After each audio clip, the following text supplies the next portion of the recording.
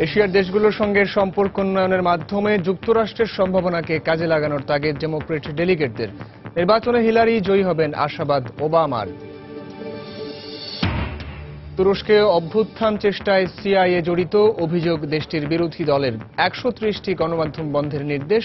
দমনপীড়নের ঘটনায় জাতিসংঘের উদ্বেগ। অস্ত্র সমর্পণের শর্তে সিরীয় বিদ্রোহীদের সাধারণ ক্ষমার ঘোষণা। প্রেসিডেন্ট আসাদের। আলেপ্পোয় বিদ্রোহীদের রসদ সরবরাহের সর্বশেষ পথ নিয়ন্ত্রণের দাবি সরকারি বাহিনীর।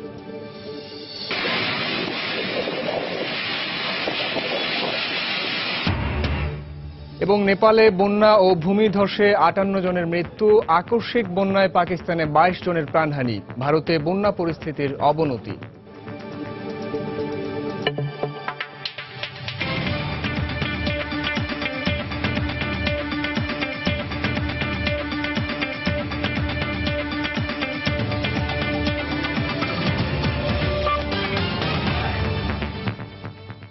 আন্তর্জাতিক সময় সঙ্গে আছে আমি সাইফুল রুদ্র। যুক্তরাষ্ট্রকে ভবিষ্যতে নেতৃত্ব দেওয়ার জন্য হিলারির সবচেয়ে যোগ্য প্রার্থী বলে মন্তব্য করেছেন মার্কিন প্রেসিডেন্ট বারাক ওবামা। ফিলাডেলফিয়ায় বুধবার ডেমোক্রেটিক দলের কনভেনশনে আসছে নভেম্বরের প্রেসিডেন্ট নির্বাচনে হিলারিরই জয় হবে বলেও দৃঢ় প্রত্যাশা ব্যক্ত করেছেন তিনি। আর ভাইস প্রেসিডেন্ট জো বাইডেন বলেছেন ট্রাম্পের মতাদর্শ মার্কিনীদের বিপক্ষে। ট্রাম্প জয়ী হলে হুমকির মুখে পড়বে মার্কিনীদের নিরাপত্তা। এদিকে কনভেনশন চলাকালীন ফিলাডেলফিয়ায় হিলারি বিরোধীদের সাথে পুলিশের সংঘর্ষের ঘটনা ঘটেছে। ফিলাডেলফিয়ায় বুধবার হিলারি এবং ডিএনসির বিপক্ষে স্লোগান দিতে দিতে কনভেনশনের ভেতরে প্রবেশের চেষ্টা করে বিক্ষোভকারীরা। এ সময় পুলিশের সাথে বিক্ষোভকারীদের ব্যাপক সংঘর্ষ হয়। এক পর্যায়ে তাদের হটিয়ে দিতে লাঠিচার্জের পাশাপাশি ছোড়া হয় কাঁদানে গ্যাসও। এই সময় ইসরায়েলি পতাকা পোড়াতে গিয়ে এক নারী বিক্ষোভকারী গুরুতর আহত হন। বাইরে এমন উত্তপ্ত পরিবেশ, ভেতরে তখন ভাষণ দিচ্ছিলেন মার্কিন প্রেসিডেন্ট বারাক ওবামা। হিলারিকে জয়ী করতে এ সময় দৃঢ় প্রত্যয় ব্যক্ত করেন তিনি। পাশাপাশি ট্রাম্পের নানা ধর্মবিদ্বেষী বক্তব্যের নিন্দা জানিয়ে বলেন ট্রাম্প মধ্যবিত্তদের দুঃখ দুর্দশার কিছুই বোঝেন না। আমি কিংবা বিল ক্লিন্টন নয়, হিলারি এখন যুক্তরাষ্ট্রের সবচেয়ে যোগ্য প্রার্থী। তিনি একমাত্র ব্যক্তি যিনি মধ্যবিত্তদের দুঃখের কথা বোঝেন। তরুণদের শিক্ষা ব্যবস্থার উন্নয়নে কাজ করতে তিনি বেশ আগ্রহী, তাই তাকে জয়ী করতেই হবে। এর আগে বক্তব্য রাখেন ভাইস প্রেসিডেন্ট জো বাইডেন। হিলারির প্রতি নিজের সমর্থন জানিয়ে রিপাবলিকান প্রার্থী ডোনাল্ড ট্রাম্পের কড়া সমালোচনা করেন তিনিও।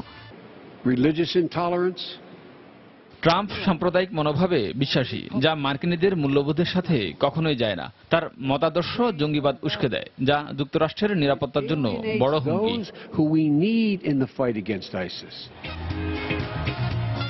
কনভেনশনে বক্তব্য রাখেন হিলারির স্বামী ও সাবেক মার্কিন প্রেসিডেন্ট বিল ক্লিন্টনও। ব্যক্তিগত জীবনে নানা চড়াই উতরাইয়ের গল্প বলে তিনি বলেন হিলারির যোগ্যতা নিয়ে কোনো সন্দেহ নেই তার। যে কোনো ধরনের প্রতিকূল পরিস্থিতি মোকাবেলা করতে সক্ষম হিলারি। খুবই ব্যতিক্রমী গুণের অধিকারী হিলারি। ঝুঁকি কমিয়ে সম্ভাবনার দুয়ারকে আরো প্রসারিত করতে সক্ষম সে। আর আমার জানা সবার মধ্যে হিলারি সবচেয়ে বেশি পরিবর্তন আনতে সক্ষম।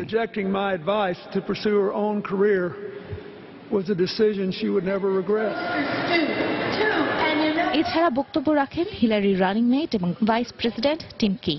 দলের জয়ের জন্য সর্বোচ্চ চেষ্টা চালানোর প্রতিশ্রুতি দেন তিনি।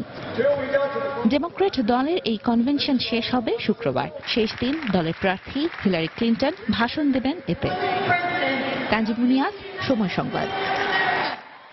যুক্তরাষ্ট্রের ফিলাডেলফিয়ায় ডেমোক্রেট দলের জাতীয় কনভেনশনে হিলারির পক্ষের সবাইকে এক মঞ্চে কাজ করার আহ্বান জানিয়েছেন দলের নেতারা।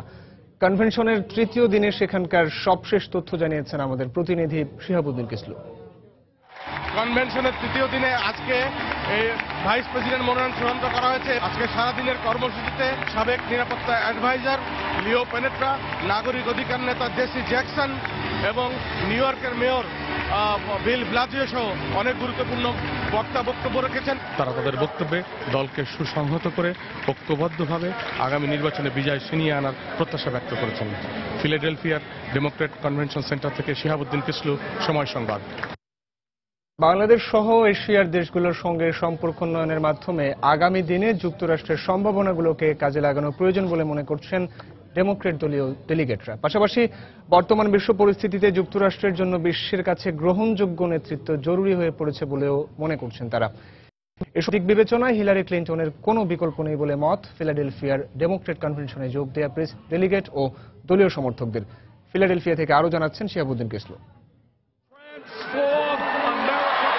সিনেটর বার্নি স্যান্ডার্সের সমর্থনের পর হিলারির সমর্থনে গোটা কনভেনশনের পরিবেশই বদলে গেছে। স্ট্রঙ্গার টুগেদার, ঐক্যই শক্তি বলে ভারমন্টের সিনেটরের এই স্লোগান ও প্লাকার্ড হাতে নিয়ে হিলারিকেই সমর্থন জানাচ্ছেন স্যান্ডার্স সমর্থকরা।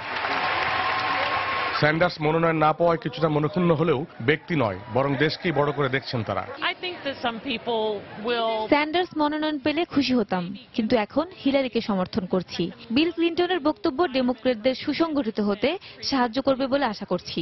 বর্তমান বিশ্ব পরিস্থিতিতে ট্রাম্প প্রেসিডেন্ট নির্বাচিত হলে তা যুক্তরাষ্ট্রের জন্য ধ্বংস ডেকে আনবে।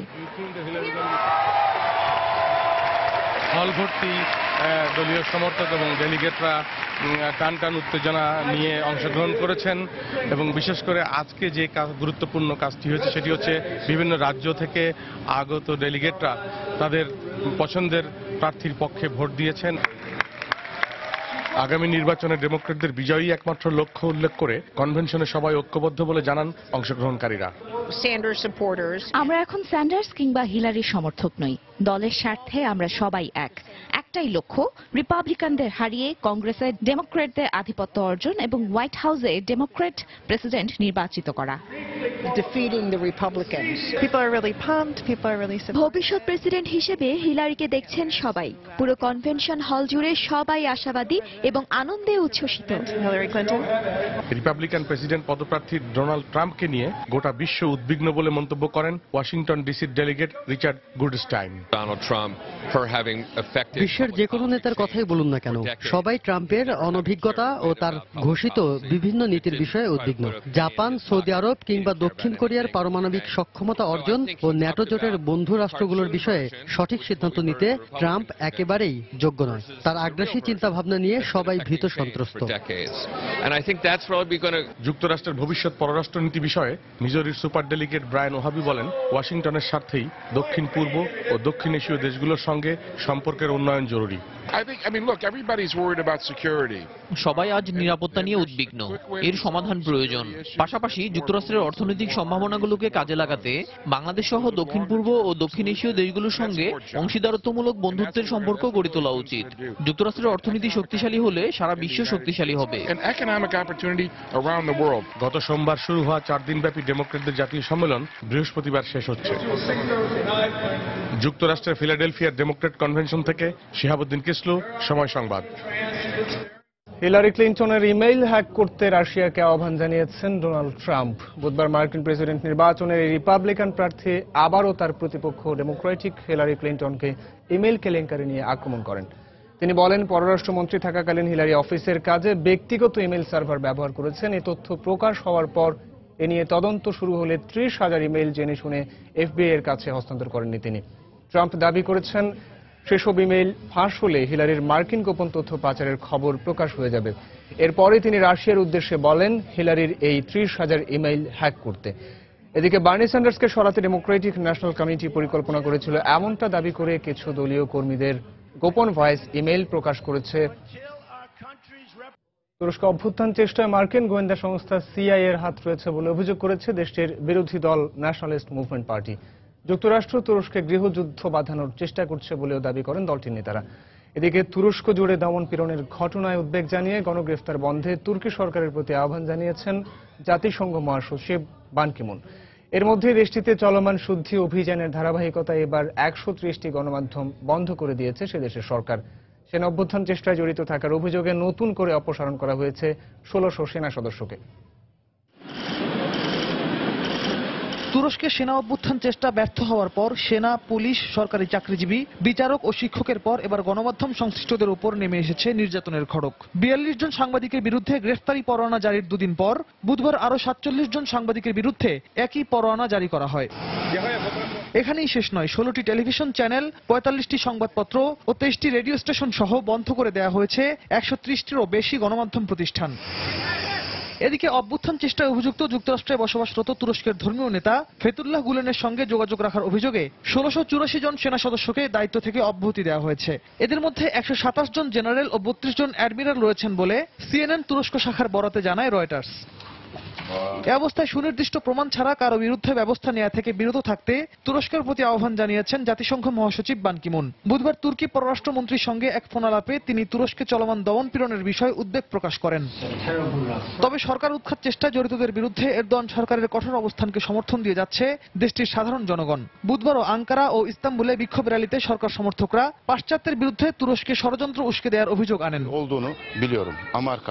আমাদের বিশ্বাস এসব কিছুর পেছনে যুক্তরাষ্ট্রের হাত রয়েছে। তারা ফেতুল্লাহ গুলেনকে ক্ষমতার আসনে বসাতে চায়। ফেতুল্লাহ গুলেন একজন ধর্মীয় নেতা। তিনি কোনো মুসলিম দেশে থাকতে পারতেন, কিন্তু যুক্তরাষ্ট্রকে কেন বেছে নিলেন? এসব কিছুর পেছনে গভীর ষড়যন্ত্র রয়েছে। গত 15 জুলাই তুরস্কে অভ্যুত্থান চেষ্টায় মার্কিন গোয়েন্দা সংস্থা সিআইএ এর হাত রয়েছে বলে অভিযোগ করেছে দেশটির বিরোধী দল ন্যাশনালিস্ট মুভমেন্ট পার্টি। এ বিষয়ে সুনির্দিষ্ট প্রমাণ পাওয়া গেলে যুক্তরাষ্ট্রকে মারাত্মক পরিণতি ভোগ করতে হবে বলে হুঁশিয়ারি উচ্চারণ করেন দলটির নেতারা। রিয়াদুল ইসলাম, সময় সংবাদ। আগামী মাসে রাশিয়া সফরে যাচ্ছেন তুরস্কের প্রেসিডেন্ট রিসেপ তাইপ এরদোয়ান। রুশ প্রেসিডেন্ট ভ্লাদিমির পুতিনের সাথে সরাসরি বৈঠকের কথা রয়েছে তার। মস্কোতে তুরস্কের উপপ্রধানমন্ত্রী মেহমেত মিমসেক মঙ্গলবার এক সংবাদ সম্মেলনে কথা বলেন। সিরিয়া সীমান্তে তুরস্কের সেনাবাহিনীর বিমান হামলায় রাশিয়ার যুদ্ধ বিমান ভূপাতিত হবার 8 মাস পর এই সফরে যাচ্ছেন এরদোয়ান। বিমান ভূপাতিত হবার পর তুরস্কের সাথে রাশিয়ার সম্পর্কের অবনতি হয়। পরে এর বেশ কিছুদিন পর এই ঘটনায় পুতিনের কাছে দুঃখ প্রকাশ করে চিঠি লেখেন তুরস্কের প্রেসিডেন্ট। পরে সেনা অভ্যুত্থানের সময় এরদোয়ানকে সমর্থন করে বার্তা পাঠান পুতিন। এখন এরদোয়ানের তুরস্ক সফরের ঘোষণা দুই দেশের সম্পর্কের মাত্রা আরো বাড়বে বলে জানিয়েছেন বিশেষজ্ঞরা। আন্তর্জাতিক সময় আরো দেখবেন। ফ্রান্সের সন্ত্রাসবাদের হুমকি মোকাবিলায় ঐক্যের ডাক প্রেসিডেন্ট হোলাদের। বিশ্ব এখন স্বার্থ, অর্থ ও সম্পদের লালসার যুদ্ধে লিপ্ত বললেন পোপ ফ্রান্সিস। নেপালে ভারী বর্ষণে সৃষ্ট বন্যা ও ভূমিধস অন্তত 58 জনের মৃত্যু হয়েছে। দেশটির সরকার বুধবার জানায়, সোমবার থেকে প্রবল বর্ষণের কারণে বিভিন্ন অঞ্চলে এই প্রাণহানির ঘটনা ঘটে। মৌসুমী বৃষ্টিপাতে নদ নদীর পানি বেড়ে যাওয়ায় নেপালে আকস্মিক এই বন্যা দেখা দিয়েছে। গত 2-3 দিনে দেশটির বিভিন্ন স্থানে ভূমিধসের ঘটনা ঘটেছে। বুধবার রাজধানী কাঠমান্ডুর একটি স্কুল ভবন আংশিক ধসে পড়লে 2 শিশুর মৃত্যু হয়। বুধবার দেশটির স্বরাষ্ট্র মন্ত্রণালয় অন্তত 24 জন নিখোঁজের খবর জানায়। উদ্ধারকর্মীরা হেলিকপ্টার ও রাবারের নৌকা ব্যবহার করে বন্যা দুর্গত বিভিন্ন এলাকা থেকে লোকজনকে নিরাপদে সরিয়ে নিচ্ছেন। বন্যা কবলিত মানুষের কাছে সাহায্য পৌঁছে দিতে এবং ক্ষয়ক্ষতি যথাসম্ভব কমিয়ে আনতে উদ্ধারকর্মীরা প্রাণপণ চেষ্টা করছেন বলে জানান স্বরাষ্ট্র মন্ত্রণালয়ের মুখপাত্র ঝানকানাথ ঝাকাল।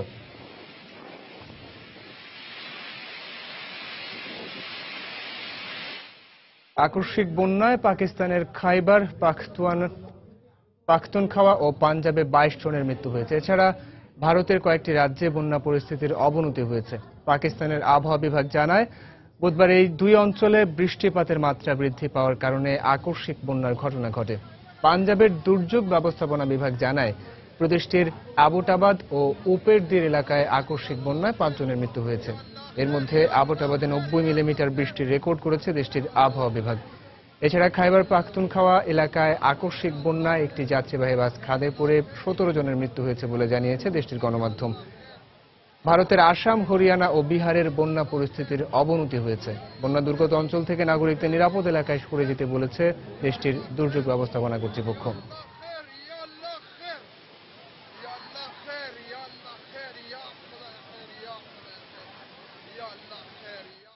সিরিয়ার সরকার বিরোধী বিদ্রোহীদের নিয়ন্ত্রণে থাকা আলেপ্পোর পূর্বাঞ্চলীয় এলাকায় রসদ সরবরাহের সর্বশেষ পথটির নিয়ন্ত্রণ নেয়ার দাবি করেছে সরকার সমর্থিত সশস্ত্র বাহিনী।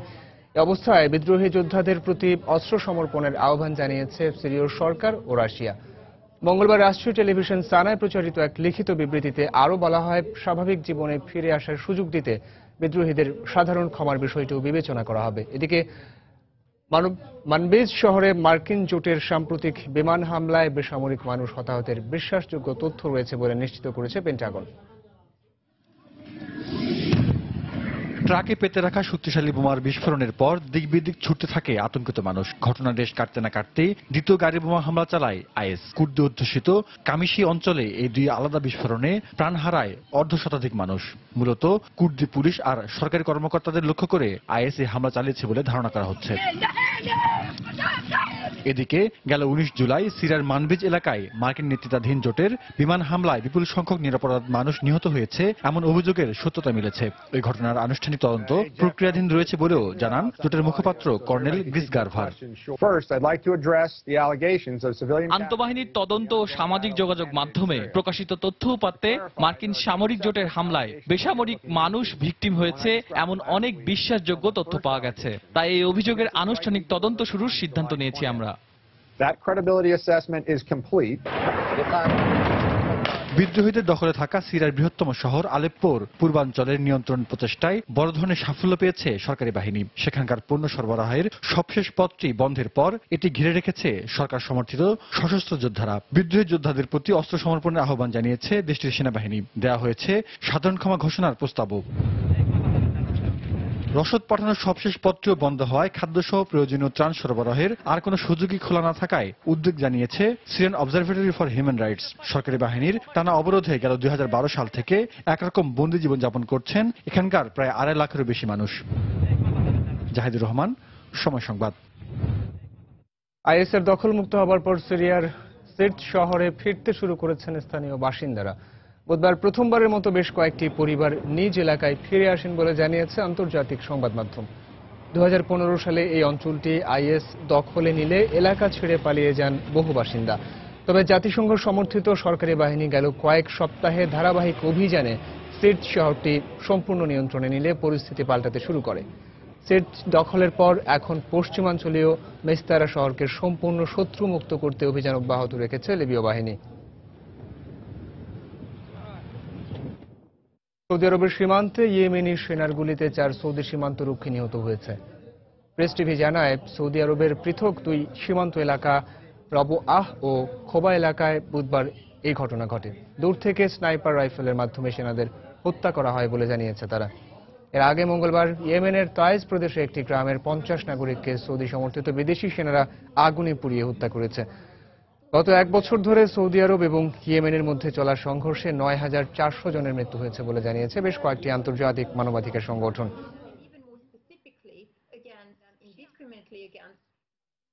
ফিলিস্তিনের পশ্চিম তীরের হেব্রনে একটি বাড়িতে অভিযান চালিয়ে হামাসের এক সদস্যকে হত্যা করেছে ইসরায়েলি বাহিনী। বুধবার ফিলিস্তিনি বসতি শরীফ গ্রামের ওই বাড়িতে রাতভর অভিযানের পর তা গুড়িয়ে দেয় ইসরায়েলি সেনারা। ইসরায়েলি সামরিক বাহিনী জানায়, চলতি মাসের শুরুতে একজন ইহুদি ধর্মগুরুকে গুলি করে হত্যার সঙ্গে জড়িত থাকার অভিযোগে মোহাম্মদ আলী ফাকিহ নামে ওই ব্যক্তির বাড়িতে অভিযান চালানো হয়। এই হত্যাকাণ্ডের সঙ্গে জড়িত সন্দেহে এরই মধ্যে আরও 3 জনকে গ্রেফতার করা হয়েছে। নিহত ফাকিহ নিজেদের আল কাশেম ব্রিগেডের সদস্য ছিল বলে নিশ্চিত করেছে গাজা নিয়ন্ত্রণকারী সশস্ত্র গোষ্ঠী হামাস। গত অক্টোবর থেকে এ পর্যন্ত ইসরায়েলি বাহিনীর হামলায় অন্তত 205 ফিলিস্তিনি নিহত হয়। অন্যদিকে ফিলিস্তিনিদের হাতে 2 মার্কিনি ও 33 ইসরায়েলি নিহত হয়েছে।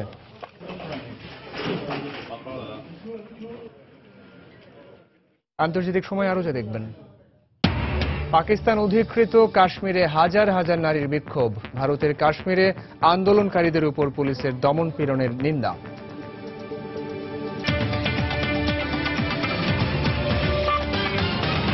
ফ্রান্সের নরমান্ডিতে খ্রিস্টান ধর্মযাজক হত্যাকাণ্ডের ঘটনায় গভীর উদ্বেগ প্রকাশ করে পোপ ফ্রান্সিস বলেছেন, বিশ্ব এখন স্বার্থ, অর্থ ও সম্পদের লালসার যুদ্ধে লিপ্ত।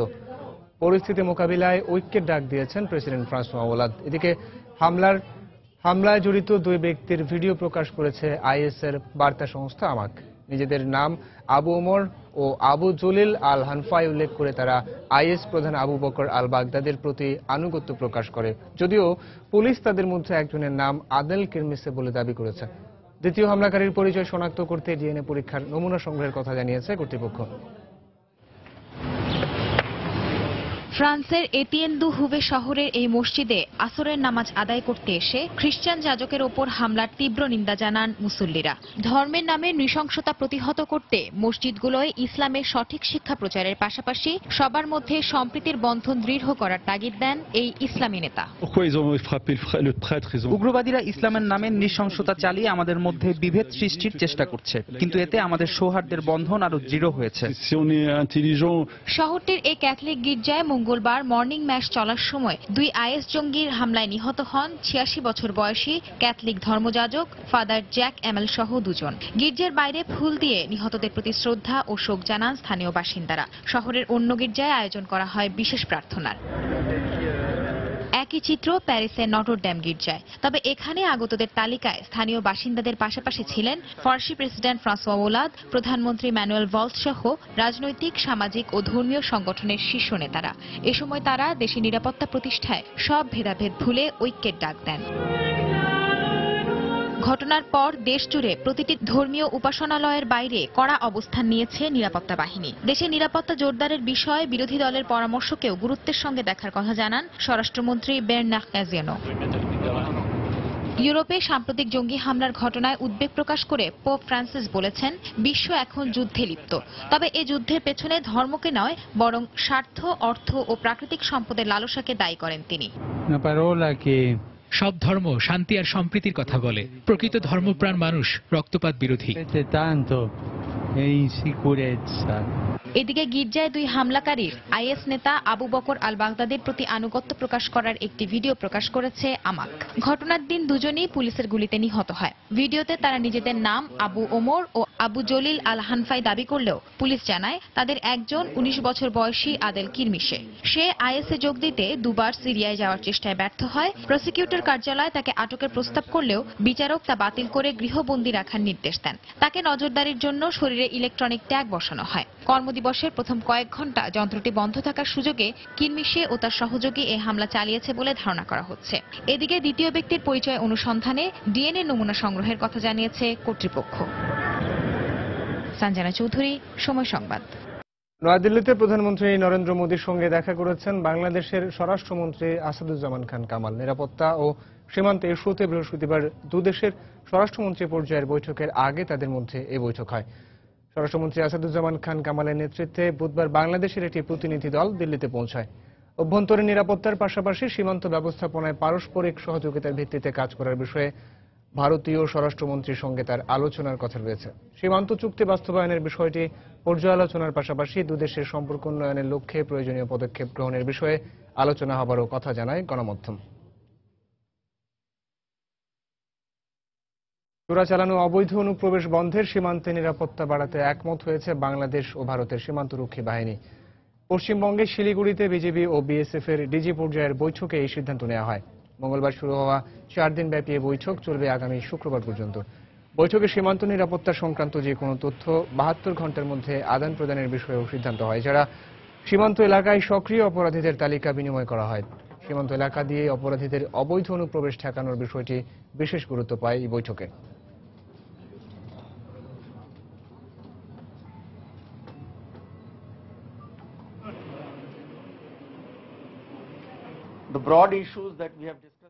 পাকিস্তান অধিকৃত কাশ্মীরের রাজধানী মুজফফরাবাদে বিক্ষোভ করেছে কয়েক হাজার নারী। দেশটির স্থানীয় গণমাধ্যম জানায় 2000-এর বেশি বিক্ষোভকারী এতে অংশ নেয়। বিক্ষোভ চলার সময় তাদের হাতে ছিল ব্যানার ও ফেস্টুন। বিক্ষোভকারী ভারত অধিকৃত কাশ্মীরের নিরাপত্তা বাহিনীর সহিংসতার বিরুদ্ধে ও কাশ্মীরের স্বাধীনতার পক্ষে স্লোগান দেয়।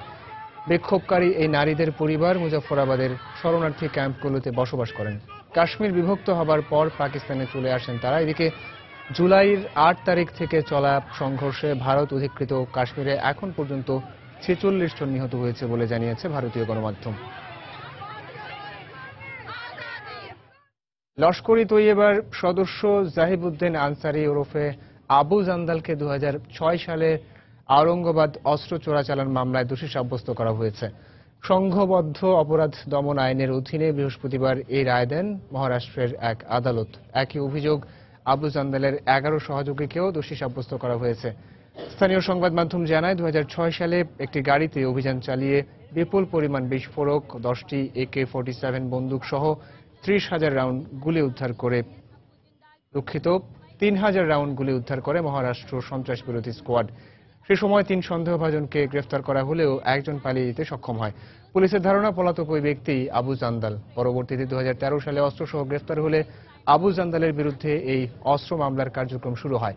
2011 সালের মুম্বাই হামলার সন্দেহভাজন পরিকল্পনার তালিকায় রয়েছে আবু জান্দালের নাম। ঋণ না দেওয়ায় ব্রিটেনের ব্যাংকগুলোর উপর শিগগিরই অলস অর্থের জন্য সুদ পরিশোধের নিয়ম নীতি আরোপ করা হতে পারে বলে মনে করছে ব্রিটিশ ব্যাংকগুলো। ঋণে স্বল্প সুদ হারের কারণে ঋণ দেওয়ার আগ্রহ কম ব্রিটিশ ব্যাংকগুলোর। এর মধ্যে ব্রেক্সিট ইস্যুর কারণে দেশের অর্থনীতির স্বার্থে ঋণের সুদ হার আরও কমিয়ে আনার পরিকল্পনা করছে ব্রিটিশ সরকার। সেই সাথে ব্রিটিশ সরকারের আভাস, ব্যাংকে অলস অর্থ পড়ে থাকলে সে অর্থের উপর পাল্টা সুদ পরিশোধ করতে হবে ব্যাংকগুলোকে। সুদের হার নির্ধারণ করে দেবে কেন্দ্রীয় ব্যাংক, এরপর আমানতকারীর ওপর সুদ হার বাড়িয়ে দেবে ব্যাংকগুলো। এতে সঞ্চয় না করে গ্রাহকরা বিনিয়োগে আগ্রহী হবেন বলে মনে করছে কেন্দ্রীয় ব্যাংক।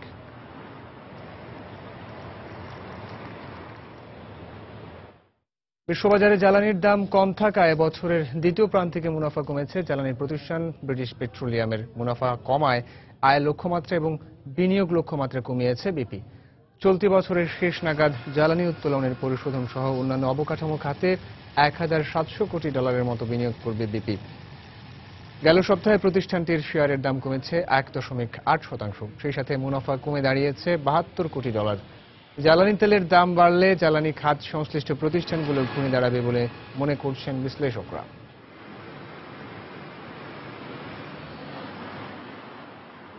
ভারতের প্রখ্যাত ঔপন্যাসিক মহাশ্বেতা দেবী কলকাতায় চিকিৎসাধীন অবস্থায় মারা গেছেন। তার বয়স হয়েছিল 90 বছর। ভারতের সুবিধাবঞ্চিত দুর্গম বিভিন্ন এলাকার সামাজিক কল্যাণমূলক কর্মকাণ্ডের জন্য তিনি কাজ করেছেন। তার পদ্মভূষণ ও ম্যাগসেসে পুরস্কার লাভকারী এই প্রথিত যশার মৃত্যুতে শোক জানিয়ে পশ্চিমবঙ্গের মুখ্যমন্ত্রী মমতা বন্দ্যোপাধ্যায় বলেছেন, ভারত একজন মহান লেখক হারালেন। মহাশ্বেতা দেবী দীর্ঘদিন ধরে কিডনি ও বার্ধক্যজনিত বিভিন্ন জটিলতায় ভুগছিলেন। 2 মাস ধরে তিনি হাসপাতালে ভর্তি ছিলেন।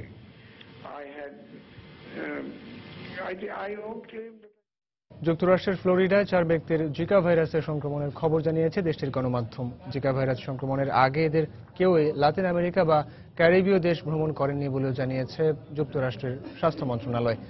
এই 4 সংক্রমিত ব্যক্তি ফ্লোরিডার মায়ামিতে আক্রান্ত হন বলে ধারণা করছেন বিজ্ঞানীরা। তারা নিশ্চিত করে জানান, সংক্রমিতরা স্থানীয় মশার কারণে জিকা ভাইরাসে আক্রান্ত হয়েছেন। এরই মধ্যে সংক্রমিতদের বাসস্থানের পার্শ্ববর্তী 150 মিটার এলাকা পরীক্ষা করে দেখেছেন তারা।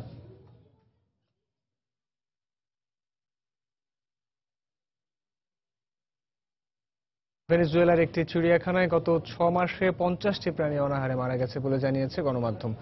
কারাকাসের স্টেট পার্ক চিড়িয়াখানার এক শ্রমিক নেতা জানান, দেশে চলমান খাদ্য সংকটের কারণে পশুগুলো 2 সপ্তাহ ধরে না খেয়েছিল।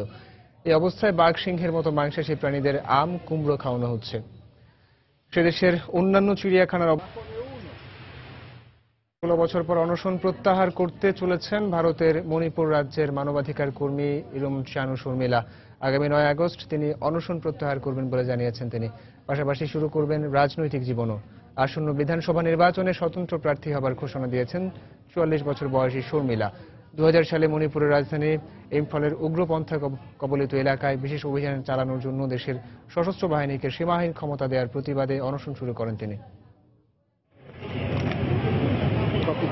মণিপুর থেকে সশস্ত্র বাহিনীর বিশেষ ক্ষমতা আইন বা আফস্পা প্রত্যাহারের দাবিতে খাওয়া দাওয়া বন্ধ করে দিয়েছিলেন তখন তার বয়স ছিল 27।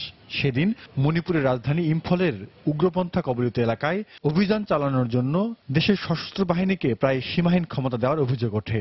তল্লাশি চালানো, শৃঙ্খলা রক্ষার স্বার্থে যে কোনো ব্যক্তিকে গ্রেফতার, এমনকি প্রয়োজনে গুলি চালানোর ক্ষমতাও পায় আফস্পা সশস্ত্র বাহিনী। সে বছরই আসাম রাইফেলসের গুলিতে ইম্ফলে 2 শিশুসহ 10 জন নিহত হয়েছিল। প্রতিবাদে উত্তাল হয়ে ওঠে মণিপুর। আফস্পা প্রত্যাহারের দাবিতে আমরণ অনশন ঘোষণা করেন ইরম চানু শর্মিলা। মণিপুরের প্রশাসন অবশ্য শর্মিলাকে অনশন চালাতে দেয়নি। গ্রেফতার করে হাসপাতালে ভর্তি করা হয় তাকে। নাকে নল ঢুকিয়ে তরল খাবার দেওয়া হতো তাকে। খাওয়া দাওয়া বন্ধ করে আত্মহত্যার চেষ্টার অভিযোগ আনা হয় শর্মিলার বিরুদ্ধে। 2014 সালে শর্মিলাকে মুক্তি দেওয়ার নির্দেশ দেয় একটি আদালত। আদালতের রায় জানার পর নিজেই নাকের নল খুলে ফেলেছিলেন শর্মিলা। তবে অনশন জারি থাকে। এরপর আবার সরকারি হাসপাতালের একটি কক্ষে বন্দী করে রাখা হয় তাকে। তবে প্রায় 16 বছরের অনশন প্রত্যাহার করে নিতে চলেছেন ইরম চানু শর্মিলা। অনশন তুলে নিলেও 15 দিন পর পর আদালতে হাজিরা দিতে হবে তাকে। কেবল অনশনই ভাঙছেন না, দিয়েছেন রাজনীতির মাঠে নামার ঘোষণাও। মণিপুরে পরবর্তী বিধানসভা নির্বাচনে স্বতন্ত্র প্রার্থী হবার কথা জানিয়েছেন নিজেই। অবশ্য 2014 সালেই শর্মিলাকে টিকিট দিতে চেয়েছিল আম আদমি পার্টি, তবে শর্মিলা সে প্রস্তাব প্রত্যাখ্যান করেন। ভারতীয় সংবাদ মাধ্যম আরো জানিয়েছে, ব্যক্তিগত জীবনকেও গুছিয়ে নেবার পরিকল্পনা করেছেন শর্মিলা। আদালতকে শর্মিলা ইতিমধ্যে জানিয়েছেন তিনি এবার বিয়ে করতে চান। জাহিদুর রহমান, সময় সংবাদ। এ পর্যায়ে আবারও জানিয়ে দিচ্ছি আন্তর্জাতিক সময়ের শীর্ষ সংবাদগুলো। এশিয়ার দেশগুলোর সঙ্গে সম্পর্ক উন্নয়নের মাধ্যমে যুক্তরাষ্ট্রের সম্ভাবনাকে কাজে লাগানোর তাগিদ ডেমোক্রেট ডেলিগেটদের। নির্বাচনে হিলারির জয়ী হবেন আশাবাদ ওবামার। তুরস্ক অভ্যুত্থান চেষ্টায় সিআইএ জড়িত অভিযোগ, দেশটির বিরোধী দলের 130টি গণমাধ্যম বন্ধের নির্দেশ। দমন-পীড়নের ঘটনায় জাতিসংঘের উদ্বেগ। অস্ত্র সমর্পণের শর্তে সিরীয় বিদ্রোহীদের সাধারণ ক্ষমার ঘোষণা প্রেসিডেন্ট আসাদের। আলেপ্পোয় বিদ্রোহীদের রসদ সরবরাহের সর্বশেষ পথ নিয়ন্ত্রণের দাবি সরকারি বাহিনীর।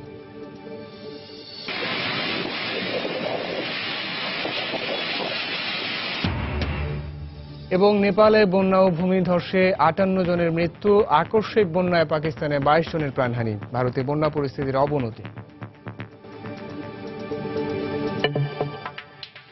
এ ছিল আন্তর্জাতিক সময়ে। যে কোনো খবর পেতে ভিজিট করুন সময়নিউজ.tv।